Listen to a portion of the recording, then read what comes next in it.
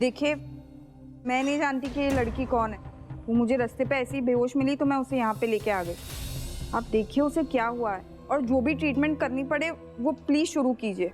लेकिन किसी family member के अप्रूवल के बिना हम इनका इलाज कैसे कर सकते हैं? लेकिन मैं हूं ना, मैं गारंटी लेती हूँ। आप प्लीज ट्रीटमेंट तो शुरू कीजिए। ठीक है। Thank you.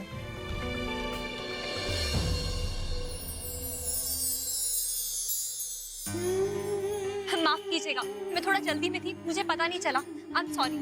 क्या हुआ? कोई परेशानी है, मुश्किल है तो मुझे बताओ। मेरी फ्रेंड रूपा, वो बहुत परेशानी में है। उसका एक्सीडेंट हो गया। मुझे तो पता भी नहीं वो ठीक है अभी कि नहीं। जिस इंसान की तुम्हारे जैसी अच्छी और सच्ची दोस्त हो, उसे कोई संकट या परेशानी छू भी नहीं सकती। मुझे पूरा विश्वास है माँ तुम्हारा प्रेम भाव देखकर तुम्हारे मित्र की रक्षा अवश्य करेंगी। मैं आपको जानती तो नहीं, लेकिन किसी अजनबी के साथ आज तक कभी इतना अपनापन महसूस नहीं हुआ। शुक्रिया। मैं आपसे आपका नाम पूछना तो भूल ही गई। लक्ष्मी। मैं लक्ष्मी हूँ।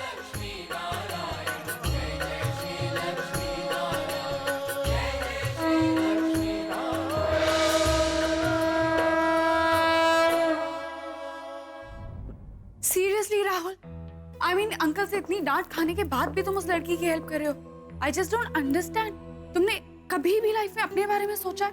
अवंती, तुम जानती हो इस दुनिया में सबसे इम्पोर्टेंट फैमिली होती है, और अगर मैं ये नहीं करता तो उस लड़की की फैमिली तबाह हो जाती, बर्बाद हो जाती। अगर सब कुछ बिगाड़ा मैंने था तो सब कुछ ठीक करने की जिम्मेदारी भी मेरी थी। आई एम श्योर वो ना दिल से आपको बहुत सारी दुआएं दे रहे होंगे। आज तो मिस खुराना ने मुझे और मेरी सगाई को बचा लिया। मानी उन्हें मैं जितना थैंक्स करूँ ना उतना कम होगा। थोड़ा सा थैंक्स अपने मॉल के बम्पर ड्रॉज को भी दे दे। पागल। वैसे तू सही कह रही है। कितना अच्छा लगता है ना ये जानकर कि आज भी दुनिया में ऐसे लोग हैं जो दूसरों की खुशी देखकर खुश रहते हैं। वाकई मिस खुराना जहां पे भी रहे हमेशा खुश रहें। दुआएं मुझे नहीं, दुआएं तुम्हें मिल रही होंगी, क्योंकि उनके हिसाब से मदद तुमने की, मैंने नहीं। मैं तो उसकी जिंदगी का विलन हूँ जिसने उसकी जिंदगी बर्बाद करने की कोशिश की। उसे ऑडिशन में बुलाया और फिर रिजेक्ट कर दिया। काश मैं खुद उसे घर तक पहुंचा पाता, काश मैं उसके सामने खड़े होकर उससे माफी मांग पाता।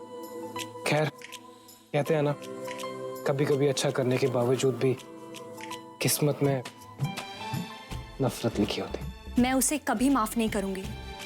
उस राहुल की किस्मत में सिर्फ नफरत लिखी है। कम से कम मुझसे तो उसे नफरत के अलावा कभी कुछ हासिल नहीं होगा।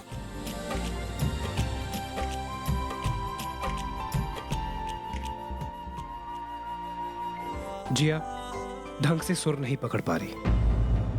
जब तक सरगम ढंग से नहीं पकड़ेगी तब तक गाना कैसे गाएगी? Dad, it's not working out. He's right, it's not working. I mean, जब मैं सिलेक्ट होकर आई थी तो मुझे लगा था इनके साथ काम करने से मेरे करियर को एक बूस्ट मिलेगा।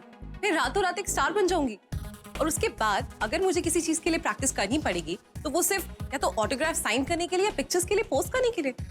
This is ridiculous. I mean, इनके साथ काम करना is impossible. I am sorry, I am leaving. Jiya, मैं बात कर रहा हूँ।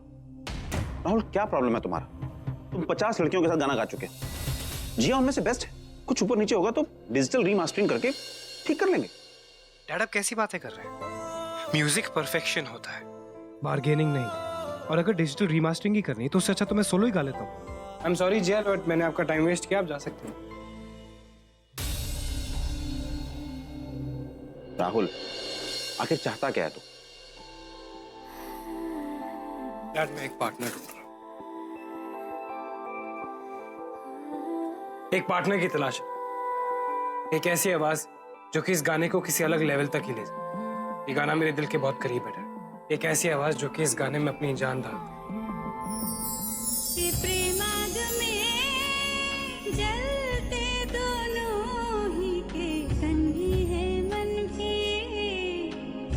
वो आवाज मुझे आगरा में सुनाई दी थी डैड। वो आवाज आज तक मेरे जहन में गूंजती है। पता नहीं कैसे मैं उस आवाज को खो बैठा। पता नहीं वो आवाज थी भी कि मेरे दिमाग की बनाई हुई चीज मैं नहीं जानता, बट वैसी आवाज ढूंढ रहा हूं मैं। आई थिंक तू इस गाने को लेकर कुछ ज्यादा इमोशनल हो गया। ठीक है, एक काम करते हैं, हम इस गाने को तेरी आवाज में रिकॉर्ड करते हैं, मेल सोलो। जैसे ही हमें वो लड़की मिल जाएगी, हम फीमेल सोलो और ड्यूएट रिकॉर्ड कर लेंगे। Okay okay dad, which reminds me, dad मैंने आपसे कहा था कि इस गाने के लिए मुझे नए कोरस सिंगर्स चाहिए, आपने ऐड डलवा दी? हाँ कर दिया, अभी आधे घंटे में ऑडिशन शुरू हो जाएगी। आई विश जिस आवाज की तलाश तुझे है वो तुझे आज ही मिल जाए। I really hope dad.